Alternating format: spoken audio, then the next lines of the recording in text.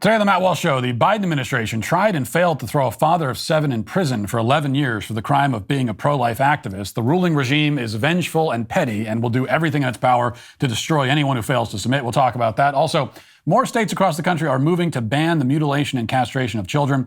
We'll discuss how the anti-gender ideology movement managed to have so much success in such a short amount of time. And the Surgeon General warns about the dangers of social media for children. He's right about that, but his concern for the safety of children seems to be rather selective. Plus, I scandalized a feminist during a panel segment on Piers Morgan's show when I suggested that women should maybe wear clothing when they go out in public. We'll talk about that provocative opinion and much more today on The Matt Walsh Show.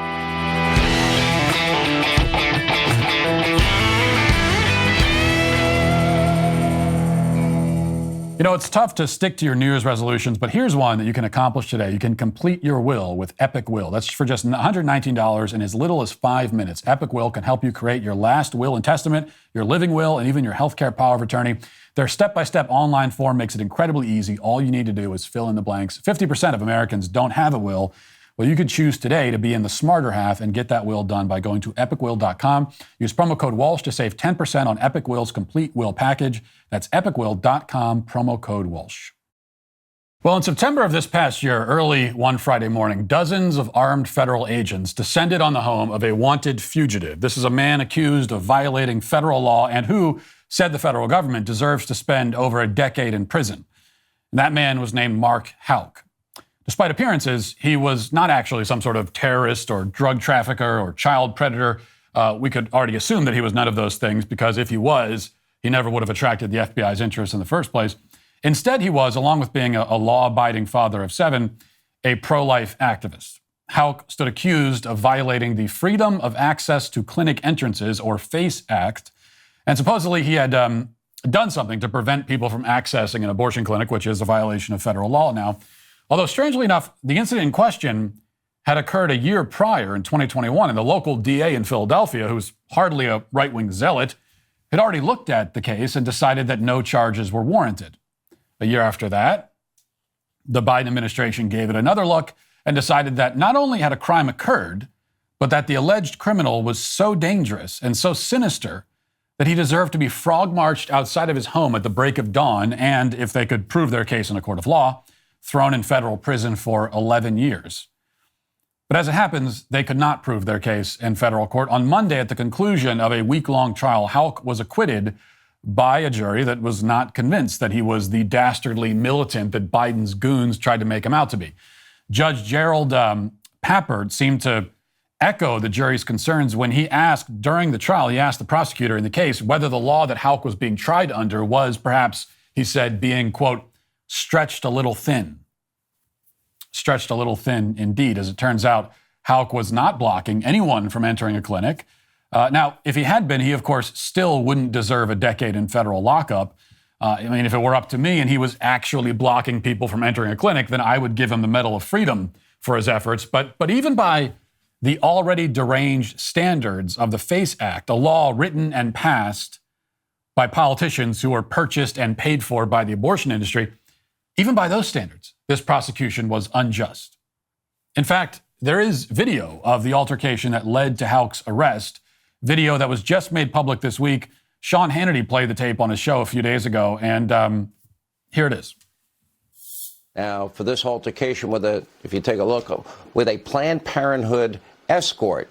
Now, as you can see in your upper left-hand corner, Mark, accompanied by his son, standing away from the entrance to the clinic when he is approached by the escort identified as Bruce Love, who repeatedly tried to antagonize Houck, allegedly verbally harassing him and his son before Houck eventually shoves him after multiple attempts to defuse the situation.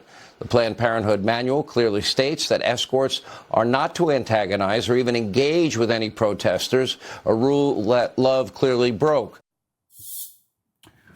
So there it is. That's why Biden wanted to lock a father of 7 in prison for a decade, for that, because he shoved a guy. Houck, standing far away from the entrance to any clinic. He was standing on the street corner where he has every right to be. And while he was standing there, he shoved a clinic escort. And Houck says that he was, lashing out because the escort was harassing him and his teenage son and saying crude and disgusting things. Now, the escort says that that isn't true. And you can decide whether you believe Houck or whether you believe the sort of man who volunteers his time to escort pregnant women into a building so they can have their babies butchered. I know who I trust, but it doesn't make much of a difference anyway. Whatever the reason for the push, a push is all it was. It's hard to imagine a push that could warrant the involvement of 25 FBI agents and felony charges carrying a decade in prison. But if such a push exists, that one certainly wasn't it. And one can't help but note the irony here. I mean, we spent much of the past week responding to the bleeding heart types who recoil in horror and shout, "Cruel and unusual punishment," if you advocate harsher penalties for violent criminals and carjackers and drug kingpins. These types, they'll always show up, pocket constitutions in hand, solemnly citing the 8th Amendment if you dare suggest that we should go a little tough on the types of criminals who have made countless communities across the country basically unlivable. But how quickly does their compassion run out when the criminal in question is a pro-life activist? In this case, they have no problem, in fact, are strongly in favor of giving him a tougher sentence than the courts usually give to rapists and armed robbers. I mean, that's no surprise. After all, these are the same people who scream about police brutality, but then cheered when Capitol Police shot an unarmed woman for the crime of trespassing. So what was this all really about then? Why was Biden determined to rip this man away from his children, destroy his family, confine him to a cage for the next 11 years of his life? Why was he so determined to do that? Well, for the obvious reasons. They wanted to ruin him because he dared to act according to beliefs that the ruling regime abhors. And they wanted to ruin him because they could, or they thought they could. He was meant to be an example, a warning signal, a head on a pike at the edge of town, an ominous sign for those who come after him.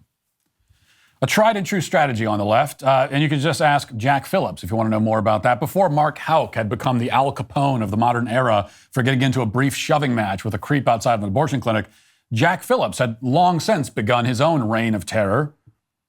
Now, Phillips, if you see him, he may look unassuming and non-threatening, but beneath that placid exterior lies the dark heart of a supervillain who once viciously traumatized a gay couple by declining to make a customized cake for their wedding. But that's not the only cake he didn't want to bake. Fox News has the latest. Quote, a Colorado baker who won a partial U.S. Supreme Court victory in a case where he refused to make a cake for a gay wedding lost an appeal in another legal fight in which he rejected a request for a birthday cake celebrating a gender transition. The Colorado Court of Appeals ruled on Thursday that the refusal by Jack Phillips and Masterpiece Cake Shop to make a cake requested by Autumn Scardina did not constitute free speech. The court also found it was illegal to refuse to provide services to people based on characteristics like race, religion, or sexual orientation.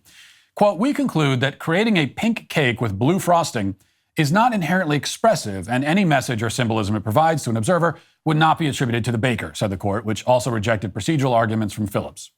The cake shop initially agreed to make the cake, but then refused after Scardina explained that it was going to be used to celebrate her, that's Fox News using the her there, transition from male to female, the court found. Phillips said the cake that he makes are a form of free speech and plans to appeal the ruling. Quote, one need not agree with Jack's view to agree that all Americans should be free to say what they believe, even if the government disagrees with those beliefs, according to Jake Warner, senior counsel for Alliance Defending Freedom, who represented Phillips. John McHugh, one of the lawyers who represented Scardina, said that Phillips objected to making the cake because he objected, quote, to the idea of Miss Scardina wanting a birthday cake that reflects her status as a transgender woman because they object to the existence of transgender people. Okay, so it has been 10 years since Phillips gently declined the request to customize a cake for a gay wedding. And that's an important point. He didn't refuse to bake a cake for the gay couple. He never refused service to gay people. He never said, I won't make you a cake. What he said is, I can't specifically customize this cake for the purpose of this gay wedding. 10 years since that. A decade. The amount of time that Biden wanted Mark Houck to spend in prison, an LGBT activist has spent all that time trying to destroy him, destroy a small-town cake maker for refusing to bend the knee and submit. They have spent 10 years targeting him. That's how vengeful and petty they are. 10 years trying to exact their revenge for a cake. And that's all that this gender transition cake was about. Mr. Scardina is a trans activist who engaged in a not at all subtle attempt to entrap Phillips by asking him to make a pink cake with blue icing, something that, again, he would have done. Okay, if Scardina had just gone to Phillips and said, "Oh, I want a cake. I want it to have blue icing, and I want it to be a pink cake." If he had done that, Jack Phillips would have said, "Sure, here you go. Here's your cake. No problem."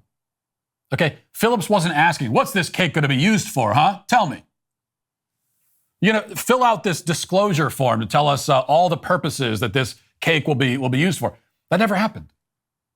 Phillips said, "Sure, we'll make the cake."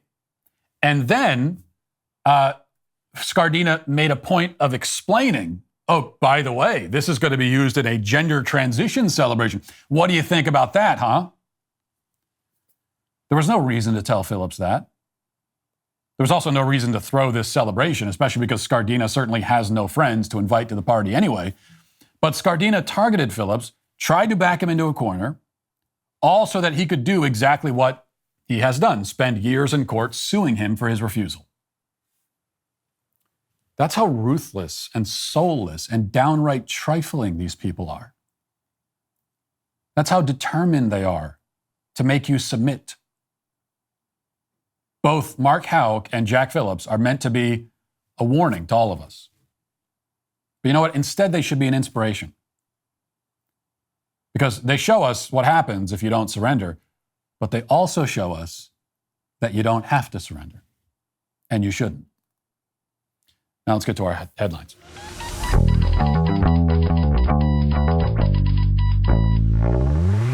If one of your goals this year is to do business with companies who share your values, that's a great goal to have, then check out Pure Talk. Pure Talk is the antidote to woke wireless companies. It's proudly veteran-owned, employs a U.S.-based customer service team, and absolutely refuses to spend money on fake news networks. Not to mention, Pure Talk's service is fantastic. They're one of the largest networks in the country. You can get blazing fast data, also talk and text for as low as $30 a month. It's probably half of what you're paying Verizon, AT&T, or T-Mobile. All you got to do is switch over to Pure Talk in as little as 10 minutes while keeping your phone and your phone number as well. Your first month is guaranteed risk-free. You can try it, and if you're not completely happy with your service, you'll get your money back, but I think that you will be happy. This year, make it a goal to support companies that support you. Go to puretalk.com, enter promo code Walsh to save 50% off your first month. That's puretalk.com, promo code Walsh. Pure Talk is simply smarter wireless. All right, by the way, my apologies for missing the show yesterday. I think a pretty good excuse. I didn't film the show because at the time when we would film it, I had been sitting in the hospital with our 2-week-old baby for, at that point, about 10 hours or so.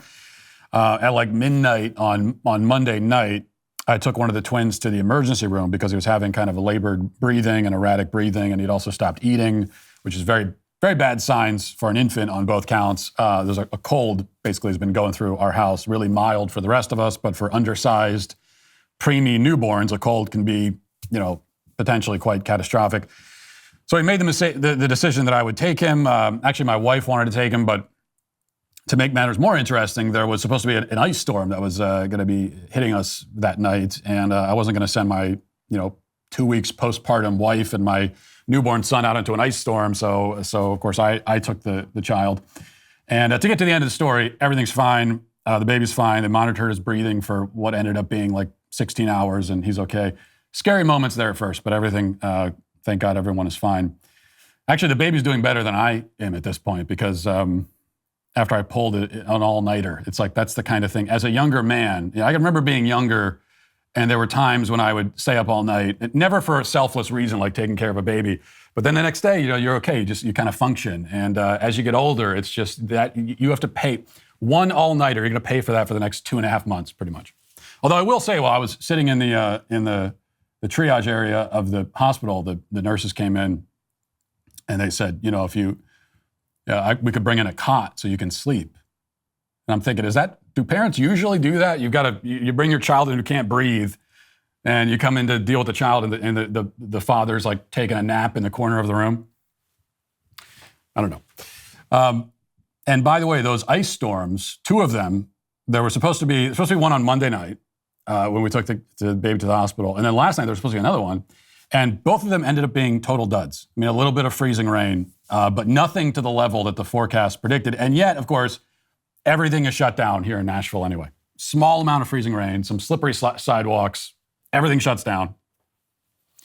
If you want to know how society would fare in an actual catastrophe, like a nuclear strike or an asteroid impact, all you got to do is go to a warmer weather climate and see how they respond to a little bit of winter weather.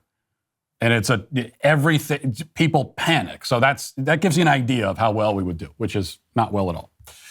All right, let's begin with this good news from the Hill. Utah has become the first state in 2023 to ban gender-affirming care for minors, as Governor Spencer Cox signed a bill Saturday to restrict their access to puberty blockers, hormones, and surgical procedures. Cox said in a statement announcing his signature that legislation that affects minors necessitates careful consideration and deliberation. He said the bill is not perfect, but is a more nuanced and thoughtful approach to a terribly divisive issue. Cox said states and countries are pausing gender-affirming care for new patients until additional and improved research can be conducted to determine the long-term consequences of receiving this type of care. Lawmakers in Alabama, Arkansas, Arizona, and Tennessee have all approved measures restricting, quote, gender-affirming care in recent years. And there are more states as well. And this is, in fact, happening all across the country. Florida had previously passed a measure to ban these procedures. And here is Ron DeSantis a couple days ago explaining that measure a little bit more. I mean, look, you have, and this is sad, but this is going on.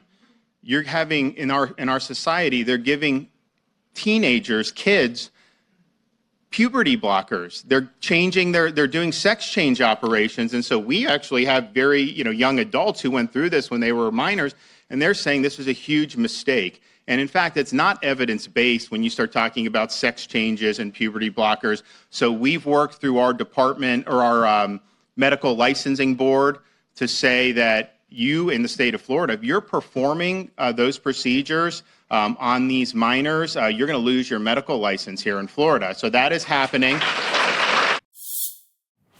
So that's Ron DeSantis explaining it. And, if we could say the other leading candidate in 2024, although Ron DeSantis hasn't officially announced yet, Donald Trump unveiled his own plan to deal with the same issue. He rolled this out yesterday. This is the DailyWire report. Former President Donald Trump on Tuesday rolled out a sweeping proposal to protect children from what he called left-wing gender insanity by barring chemical and surgical procedures meant to change the sex of confused minors. In declaring war on radical gender theory, Trump blasted the Biden administration's cruel policies on so-called gender-affirming care and vowed to stop federal agencies from promoting such policies. He said, quote, left-wing gender insanity being pushed on our children is an act of child abuse. He said this while launching his third bid for the nation's highest office last November, and is so far the only major Republican to have declared his candidacy for 2024. The announcement comes as radical gender ideology has become a hot-button issue with the Daily Wire at the forefront of the conversation. So that's so we got DeSantis, Trump, we have all these states, and then obviously Tennessee is another one. And here is a very disapproving report from News Channel 5 here in Nashville. It says a controversial bill that would affect youth considering gender-affirming care moved toward becoming Tennessee law. Republicans are sponsoring a bill that would ban gender-affirming surgeries for children in the state of Tennessee. Tennessee lawmakers made their way into the discourse of gender-affirming care in minors in September after a conservative blogger, that's me, a blogger apparently, I haven't written in anything that could be called a blog for, 7 or 8 years, but that's all right, questioned whether Vanderbilt University Medical Center should provide gender-affirming care to patients. Matt Walsh, a DailyWire conservative commentator who questions the legitimacy of LGBTQ rights, said he considered the care to be that of castration and mutilation of minors and adults. I mean, the writing here on top of everything else is tremendously bad. Matt Walsh, a DailyWire conservative commentator who questions the legitimacy of LGBTQ rights, said he considered the care to be that of castration and mutilation of minors and adults. That's the tortured phrasing they're forced to use in defense of what they call quote unquote, gender affirming care. It's not that I consider this, quote, care to be castration and mutilation. It's that by definition, that is what these procedures do. That's what the procedures are. That is a definitional thing. A standing room crowd inside the committee room in the Cordell Hall building reached capacity before News Channel 5 could even get our camera inside. Republicans invited Chloe Cole to testify. She's an 18-year-old from California who at age 13 began gender-affirming care, only to decide that she didn't want to continue down that path. She spoke about why lawmakers should pass House Bill 1. And so this bill is making its way through the process of becoming a law, and I have absolutely no doubt that it will be law in short order. So we got all these things going on, states across the country banning the mutilation of kids, Ron DeSantis coming out strongly against it, Donald Trump coming out strongly against it. And you have to keep in mind that just a few years ago, there was no political will or momentum to ban this butchery at all. I mean, nobody was even talking about it. We had a Republican White House and Congress for 2 years, and they never made any attempt to do anything about any of this. They never talked about it. They never brought it up. And now it has become an issue, and it's one that conservatives are, for the most part, united on. And this is something that when I say we, I mean the anti-gender ideology movement. This is something that we made happen. It's a major success story for conservatives in the anti-gender ideology movement. Now, most importantly, it's a success story for the kids who are now going to be protected from this mutilation. But it's also worth noting that I'm not sure there is any other example that I can think of where conservatives mobilized and so quickly converted that mobilization into not only cultural change, but policy changes as well. Where this went from something that wasn't even discussed a few years ago to now states across the country banning it, presidential candidates coming out against it. I mean, it's worth paying attention to what we did here and how we did it, because this should be the model moving forward on every issue. And on top of that, too, I think that the success goes farther than that, because we've also made it not only popular and common now for people to come out against castrating and mutilating kids, we've also made it popular and common to question the fundamental claims of transgenderism, quote unquote, as a concept. Now, it's still not popular on the left, obviously, but I think normal people are waking up and feeling bold enough to speak out. As I've said plenty of times, when we were shooting What is a Woman, and we did our man on the street interviews all across the country in many different states and talked to lots of different people, what we found, and we were filming this, started filming a year and a half ago or so, it was very, very difficult to find anyone who was willing to be skeptical about transgenderism, about any part of it, who was skeptical or was at least was willing to express that skepticism on camera. That was a year and a half ago. Now, I'm thinking that if we did it again, it'd be a very different story. I think we'd have no difficulty finding people that would stand in front of the camera and say, no, man's a man, a woman's a woman. Get your hands off these kids. Don't do this to kids. Okay, you could say you identify as whatever you want, but that doesn't mean that you are that thing. I think it wouldn't be that hard to find people willing to say that. A year and a half ago it was. So I think this is very important lessons that we should learn here. From the Daily Wire, U.S. Surgeon General Vivek Murthy, that is, believes children 13 years old are too young to join social media platforms, citing kids are still developing their identity, quote unquote, and such engagement can create a distorted sense of themselves. Murthy, who has served as Surgeon General under the Obama and the Biden administrations, signaled the warning in an interview with CNN, noting adolescents should only be allowed to access the platforms until they are 16 years old at the earliest. Murthy said, it's a time, early adolescence, where kids are developing their identity, their sense of self. It's a time where it's really important for us to be thoughtful about what's going into how they think about their own self-worth and their relationships, and the skewed and often distorted environment of social media often does a disservice to many of those children. Now, this is obviously correct on every point. The idea that children at 13 or younger would be old enough to engage with the entire world on a platform, because that's what social media is. You are saying to a child, well, here you go, engage with the whole world all at once. The idea that they're old enough for that at 13 or younger or even older it's madness. I mean, it's truly crazy. Why aren't children old enough for that? Not only old enough, by the way, to engage with the whole world, but also to see and be exposed to and consume whatever content anyone in the world wants to post to that same platform. I mean, when you put your kid on social media, what you're saying is, okay, child, you are old enough to see anything that anyone happens to want to post. That's what you're saying, which again is crazy. Why aren't they old enough? Well, because their minds are still developing, as the Surgeon General points out.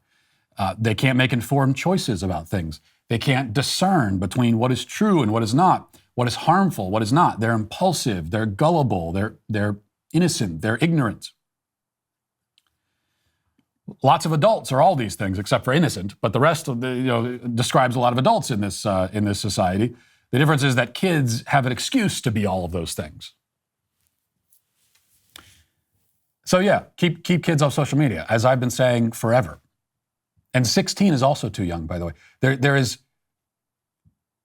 no benefit. That's another way of thinking about these sorts of things. Anytime you're allowing your kid to do something, you should think to yourself, well, what do they gain from this? Like, what's the benefit? What is the win here? Okay, even for 16. Say your 16-year-old daughter's on Instagram and TikTok and all the rest of it. Like, what's the win for her? How does she win being on this platform? I know how she loses. We all know how she loses. But what's the win? So we know what the risks are. And the risks are enormous. What are the benefits? I mean, it makes sense. Kids have to learn how to take risks in a thoughtful and controlled environment. As parents, we have to be willing to take risks. We have to be willing to, in some circumstances, do things where there's a possibility that things go wrong. Anytime you let your kid run around outside and play in the yard, I mean, they could trip and fall and break an ankle. And there are things that could go wrong. But you allow that in a controlled environment because the benefits are, well, they get fresh air, they get exercise, they get to, have a normal, joyful childhood. And the only other option is that you keep them locked inside all their whole childhood, and we can't allow that. But what are the benefits of being on social media when you're 16? They really don't exist. So, we can agree on most of that, apparently, and I'm glad that we do. But then I can't help but point out, as many others have already pointed out, that the Surgeon General and the Biden administration generally, they say that kids at 13 are too young for social media, yet they also say that these are the same kids who are old enough to change their gender. Think about the reasoning that he gave.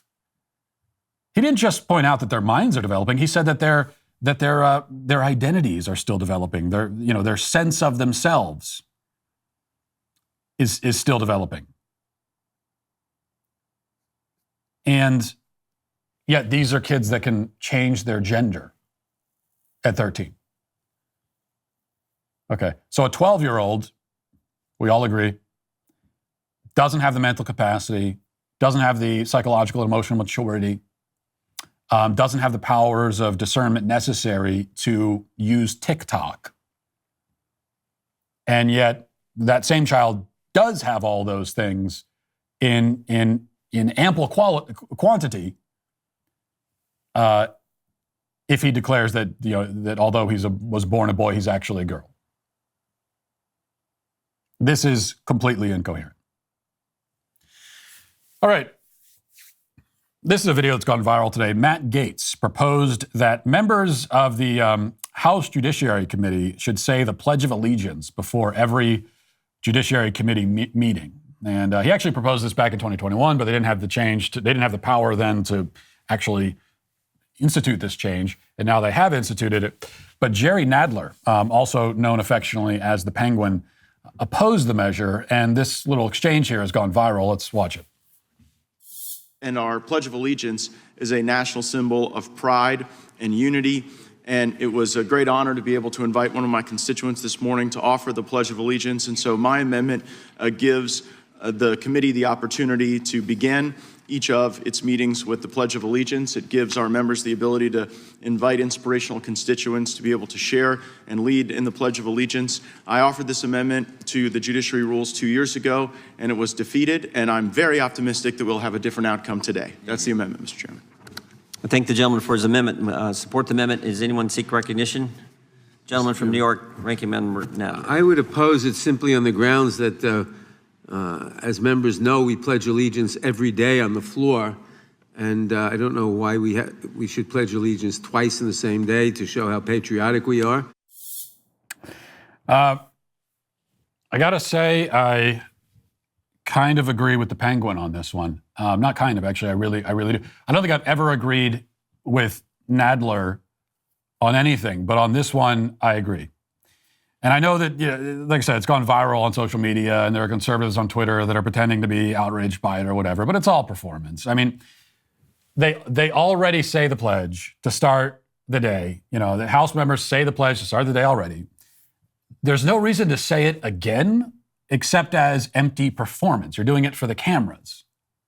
It's the only reason you're doing it. And I'd say the last thing that we need from Congress is more performance. That's not what we need. Okay, it doesn't move the ball down the field. And this is the kind of thing, when I first heard about this and I saw the video, I had that reaction. I said, yeah, I kind of agree with Penguin, honestly. They don't need to say it a second time. Like, what? You said it once. And for most of them, even once, it doesn't mean anything. Okay, either they are loyal to the flag and to our country, or they aren't. And they could say the pledge a million times. It's not going to make them any more loyal. So either what they're saying is true or not. It doesn't become any more true with repetition. That was my first reaction. I kind of agree, but who cares? But then as the more I thought about it, it just annoys me, because this is exactly the kind of boomer bait, red meat pageantry that we always get from Republicans. The only reason that this exists is so that we could have that moment where some Democrat says, yeah, we don't really need to do this, and then it can end up on Fox News. This is a Fox News segment. Okay, this is tailor-made for Fox and Friends, for a Fox and Friends segment. It's the only reason it exists. It's not because the Republicans in the Judiciary Committee are so patriotic and they love the country so much that they just can't contain themselves. They want to say the pledge every 5 minutes. They love the country so much. Does anyone really believe that? It's like, obviously, that's the only reason. Just showing off for the cameras, and also putting Democrats in a position where they would say no, so you can then go, oh, Democrats aren't patriotic. And by the way, like political gamesmanship like that, where you're trying to paint your opposition as the bad guy, I'm fine with that. That doesn't make me squeamish. But this is just especially lame, I think. And when you're using the pledge and the flag to do it, it makes it a little bit... I don't know, just irritating. All right. And all the more irritating because you are forcing me to agree with and defend Jerry the Penguin Nadler. And I resent that.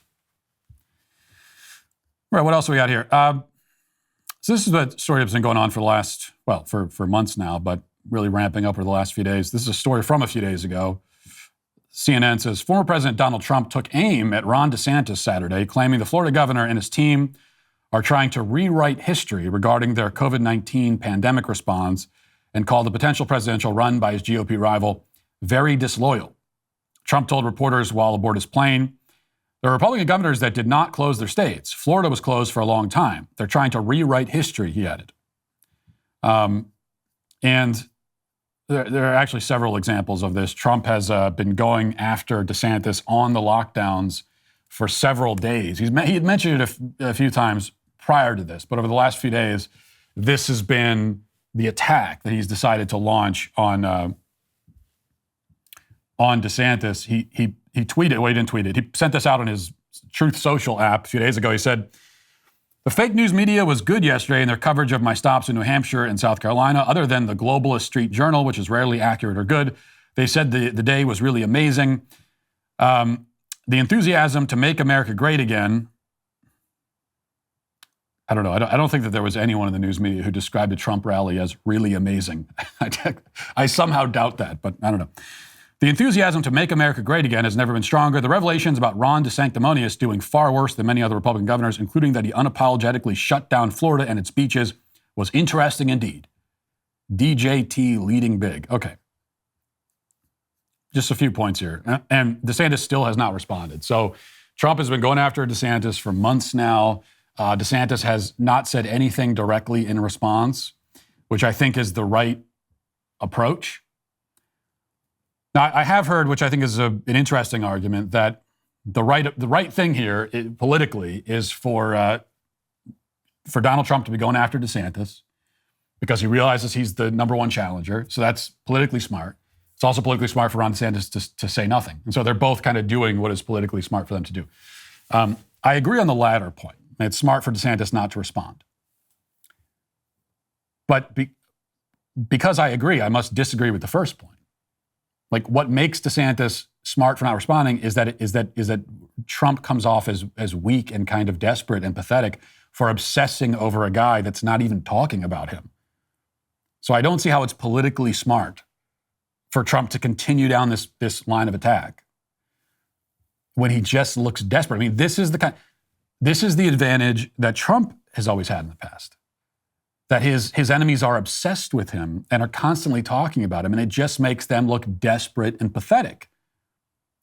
We've never seen the reverse. We've never really seen Trump obsess over someone who doesn't respond to him. Now, Trump has attacked people in the past, but they always respond, or they started by attacking him first.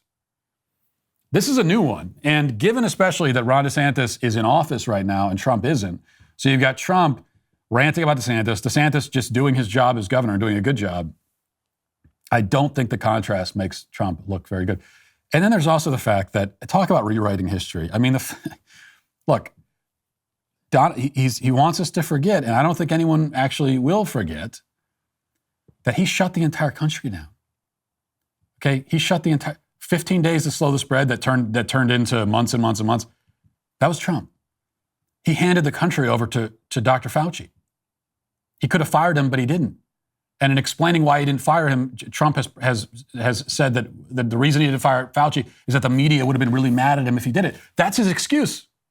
That's what he has actually said, that he couldn't have fired Fauci because the media would have complained. So instead, you hand our entire country over to this narcissistic psycho? So taking the guy who was very pro-lockdown and trying to make him into the lockdown guy while you were the lockdown president, I don't know about that. I don't. It's obviously not true, but of course we know in politics truth is sometimes irrelevant. The question is whether this narrative will resonate with anyone. Can he convince anyone to actually buy into this? I tend to doubt it. And not only was Trump the guy who locked down the country, but he attacked DeSantis and Kemp for opening their states too soon. Trump, when he was in office, went after DeSantis and Kemp in Georgia for opening their states. He said it was reckless and dangerous to do it. It's not hard to, anyone can find the tweets and the statements and the things that he said at press conferences. It's all out there. It's all documented. I'm very skeptical of this approach. All right, finally, on Monday afternoon, I appeared on Piers Morgan's show, and we talked about, as we've discussed on the show here, the viral trend of women trying to entrap men at the gym by filming them and pretending that the men were harassing them. And I made one point that scandalized one of the feminists on the panel, and let's listen to that. I don't think you can avoid looking at people because I'm looking at them to see what their form's like, how they're carrying certain weights, are they carrying more than me, male or female, I don't really care. I'm quite curious about other people using a gym. Am I now going to be something appearing on Instagram, influencers' sites as some sort of perv? Well, it's possible. And look, by the way, I don't mean to be a victim blamer here, but can we also say that if you're a woman and you don't want men to notice you in the gym, maybe wear more than your underwear to go work out. I mean, that's the one thing. These women in these videos, they're wearing sports bras and like hot pants. I mean, how about put some clothes on if you don't want people to look at you? This is victim blaming, though. And I'm sorry, I'm going to quote Margaret Atwood here, that men are afraid of women laughing at them, women are afraid that men are going to kill them. It is not okay to say that it's a woman's fault for wearing the wrong thing. You think the people looking over at people using some equipment in a gym are going to kill them? I think that taking photographs is threatening, staring at people is threatening. But the ones photographing it are these Instagram influencers. No, they're not. They are videoing men taking photographs of them and living. Final word. Victim. We get the Margaret Atwood quote there, and actually, just so you know, men, the big fear that men have when it comes to women, especially women who try to do exactly what these women in the gym are doing, the fear is not being laughed at. The fear is being publicly shamed. It's being falsely accused. It's having your life and reputation destroyed. Being laughed at to your face, who cares about that? The fear is reputational destruction. And that is a power that women wield much more than men. Okay, an accusation from a man in our society doesn't carry a lot of weight. But we know, we've heard the slogans, believe all women, believe women. And we also know that the people that say that, there are plenty of women that they don't want to believe, such as the woman that accused Joe Biden of sexual assault. But that's the slogan anyway. So one woman says something and your life is destroyed. That is the fear for men. And it's a valid fear. And having your entire life and reputation destroyed is a major tragic event. It's not simply being laughed at. But I know that I said kind of facetiously, I don't mean to victim blame, but fine, I am victim blaming. Okay, if we're talking about someone who is a woman who is the victim, she's the victim of a man looking at her. If that's the kind of victimization we're talking about, a man looking at you, if that makes you a victim, then yes, I blame you if you're walking outside of your house in your underwear. Yes, that you have made yourself the victim by doing everything in your power to attract the male gaze. Not just the male gaze, but anyone's gaze. Because as I said when we talked about this last week, if I walked out of the house in my underwear, if any man walked out of the house in underwear, people would stare at us. They might not stare in a sort of pleased way, but they would still be staring. Whether they're horrified and grossed out or whatever the reason for saying, they'd be staring because they'd be thinking, why? Look at that person in their underwear. Let's just say that's a normal human response when you walk around in your underwear. And if that makes you a victim, to be the object of someone's gaze, okay, if that's the kind of victimization we're talking about, then yes, you deserve the blame for it. You deserve actually 100% of the blame for it if you're walking around in your underwear.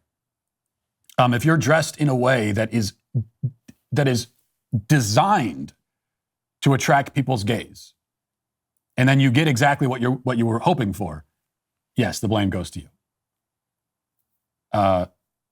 without question. And there's a pretty easy solution here, which is to put on clothes. And also, it does make me question, I know we hear from the feminists, women walk around all the time terrified that a man's going to kill them. Is that, so then you walk around in your underwear? Like, wearing your underwear to the gym, that's the behavior of a woman who's afraid she's going to be killed by a man? That if you're afraid of men and that's how you respond? That to me seems like the behavior of someone who has no fears at all.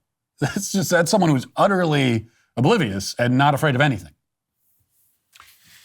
All right, let's get to the comment section. Who makes a Twitter mob fly off the handle with rage? Who's to blame? It's a sweet baby gang. All right, we have some comments here. Well, these are from 2 days ago, so we missed the show yesterday. But Chrissy Liberty says, Matt forgot to mention Pelosi having a drink in his hand when he opened the door. Can't imagine if you really feared for your life, you'd stop for a drink. Well, yeah, I think people were saying that he had a cocktail in his hand, and I think it looked to me like just a glass of water. But it does make sense because, again, Pelosi was trying to act nonchalant and he was telling the intruder that, yeah, we're just waiting for my wife. And he probably offered him a drink. You know, it would be a normal thing to do. He was trying to play it off, which is the smart move, especially when you're an unarmed elderly man and a crazy intruder breaks into your house. Your best move, really your only move, is to try to de-escalate the situation. And, rather than using force to get your way out of it, you got to use your wits. And that's what he tried to do. Ka Ra says, Matt, it's unfair to say that that man skates so bad that he makes you look like a professional skater because you skate like a graceful swan. Well, thank you. I didn't want to say that about myself because it would seem, although I'm not sure that swans really are graceful on the ice. So we might need a fact check on that. Ghost Leviathan says, Matt, what's your take on cigarettes? I know you have attacked other drugs, but just want to get your take on them. You know, cigarette, I don't smoke them. I don't think you should smoke them. I don't think it's, we talked before about how does social media improve your life if you're a child. Really, how does it improve your life if you're any age?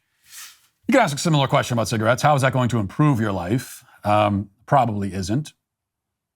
But, so yeah, what's my opinion on it? I don't think you should smoke cigarettes. I also don't think you should eat fast food every day, right? But people do. However, cigarettes, we don't put them on the same plane as fentanyl and heroin and crack and all that kind of stuff. Because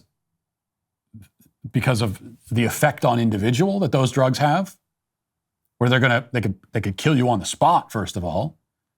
They are certain to utterly destroy your life immediately. They're going to turn you into a zombified husk of a person. Cigarettes don't do that. And also the effect that they have on society. Like a society where lots of people smoke cigarettes can be very functional. And we know that because that was the society that we lived in for much of the 20th century. Much of the 20th century, while America was thriving, it was at the same time a time when like everybody was smoking. Now, I'm not saying it's because of the cigarettes. I'm not necessarily saying we should go back. We should all start smoking cigarettes again. But we know that we can have a functional society where people smoke.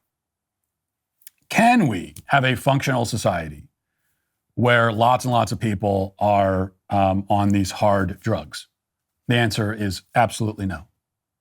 We can't even have a functional city where a sizable minority are on these drugs. We see what they've done to the cities. So I think that there's clearly a big difference here.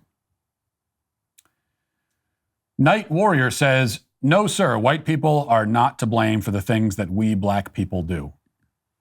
Well, Night Warrior, that is internalized racism. That is internalized white supremacy, I'm told, that we're hearing from you. Christopher says, come on, Matt, I expected better from you at least. This talking point of the 911 operator being bad at the job is horribly dumb. She obviously knew what was going on since police were dispatched. We don't need to divert from the main point by making light of completely misconstrued talking points. No, the 911 dispatcher tried to hang up the phone. Okay, she was ready to hang up. Let's not forget that. When Paul Pelosi said, yes, this person came into my house and is waiting for my wife.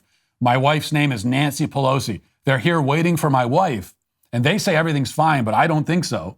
It was at that moment that the dispatcher said, well, all right, talk to you later. Hey, give us a ring back if there's any problems.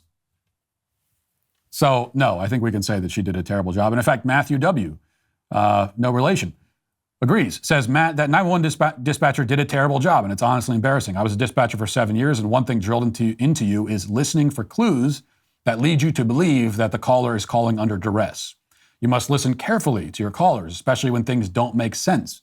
You're supposed to ask yes or no questions to give them options that might be transparent to someone next to them. For example, is someone there? Say pepperoni for yes and cheese for no, for example.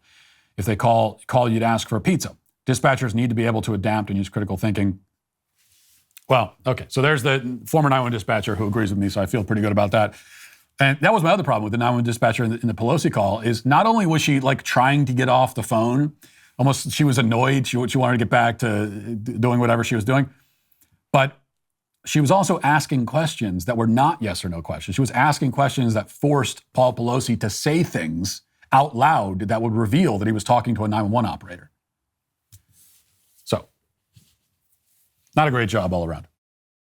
As you've heard, we've been running a massive 40% off sale for annual memberships, and it's this Friday that it ends. Don't miss the chance to celebrate one of the greatest moments in DailyWire history with one of the greatest offers. That's 40% off annual memberships with code DONOTCOMPLY. The deal ends on Friday, so you don't want to wait. 1 year ago, we sued the government over its tyrannical vaccine mandate, and we won. You can celebrate this victory with us by joining the winning team. When you join, you get access to the best content, one of the fastest growing libraries, and again, you're on the team with us making changes in the culture. We're adding a ton of new content this year with kids content, more movies, more shows, hard-hitting documentaries, and more. Remember, this is your last chance to get 40% off your new annual membership at dailywire.com/subscribe with code DONOTCOMPLY. The sale ends this Friday, so head to dailywire.com/subscribe. Lock in your discount now to enjoy all of our great releases coming soon. Now let's get to our daily cancellation. For our daily cancellation today, we turn to New Jersey, a state that is always perpetually canceled simply for existing. But, the state's general crappiness and the fact that the whole place smells like a poorly maintained Burger King restroom is incidental for our discussion today. NewJersey.com has a story about a former public school teacher now suing the school that she says drove her to quit after shaming her for having emotional breakdowns in the classroom. A lot going on here. Let's start at the top. It says, a former teacher in the South Orange Maplewood School District has filed a lawsuit claiming that she was forced to resign after transfer to teach special education without an aide caused her to have crying spells in the classroom. Sarah Barlow, 34, of West Orange, said in court papers that she was teaching kindergarten at South Mountain Elementary School during the 2020-2021 school year when she was abruptly transferred to the district's annex school to teach a different class. Barlow was asked to teach a classroom that included special education students, yet she was not provided any special education teachers or paraprofessionals to assist her, according to the suit filed December 22nd. Prior to her transfer, Barlow had disagreements with school principal Kevin Mason over the handling of two troubled students, according to the suit. All right, well, so far it seems as though Miss Barlow has legitimate reasons to be frustrated. She was pulled out of her class, thrown into a more difficult situation without proper support or resources, assuming, of course, that her version of events is correct, and I have no reason to doubt that it is. After all, it all sounds haphazard, inefficient, self-defeating, which is exactly what we've come to expect from the public school system. And if this is where the story ended, then she would have my sympathy. But unfortunately, it keeps going, and my sympathy quickly evaporates. Continuing, this situation caused Miss Barlow a significant amount of emotional distress and exacerbated her anxiety, a condition she has suffered with since her teenage years, the suit states. On October 24th, Mason sent Barlow a letter admonishing her for exhibiting signs of anxiety and stress in the classroom. The suit said, Barlow alleges that her symptoms were caused by not having an aide and by Mason's alleged mistreatment. In this letter, Mason stated that Miss Barlow's crying spells were unprofessional and stated that a corrective action would be forthcoming. The lawsuit says that Barlow's therapist then placed her on a 6-week medical leave due to the stress and anxiety that she was experiencing at work. Okay, so she broke down in tears in front of her students multiple times and then took a 6-week vacation to work on her feelings. Sorry, it wasn't a vacation, it was medical leave, because in our insane culture, we use the same language to describe a woman taking a break from her work because she's anxious as we do to describe a woman taking a break from work because, she needs a heart transplant. But it gets better. Listen, it says, quote, unfortunately, due to the district's failure to address her complaints of unlawful behavior and complete disregard for her disability and mental health, Ms. Barlow was forced to resign from her position on November 1st, 2022, the suit states. The lawsuit says that Barlow's anxiety, which requires medical treatment, is a recognized disability under the New Jersey law against discrimination. In addition, administrators in the South Orange Maplewood School District failed to accommodate Barlow's disability, disciplined her for her symptoms, and failed to include her in the discussions about reasonable classroom accommodations, the suit says. Okay. So to use a phrase that I hate, there's a lot to unpack here. First of all, I do hold men to a higher standard of stoicism than I hold women to. As men, we should be expected even more to bear difficulty and hardship without complaint. This capacity is one of the things that makes a man valuable to his family and his community. It's what makes a man a man. And it's why men who cannot carry their burdens with silent dignity are so incredibly useless and such a strain on everybody around them. And also really unappealing to women because it's the last thing that they want. Now, women are more expressive, more emotive, more empathetic by nature, which is why we have and should have greater tolerance for their emotional displays. But that tolerance only goes so far. Because whether you're a man or a woman, if you're in a position of leadership, especially if that leadership position involves caring for and educating children, you need to be able to handle stress and frustration and setback without making it everyone else's problem. Women have a greater compulsion to share their feelings with those around them, which is usually fine if they're sharing their feelings with their husbands or their friends or their family or a trusted confidant. But the children in your classroom are none of those things. Let's hope. They are not going to school in order to be sounding boards for your frustrations or to validate your feelings. Your responsibility is to provide them an education, one that is unburdened by your emotional baggage. If you can't do that or you won't do it, then you shouldn't be teaching.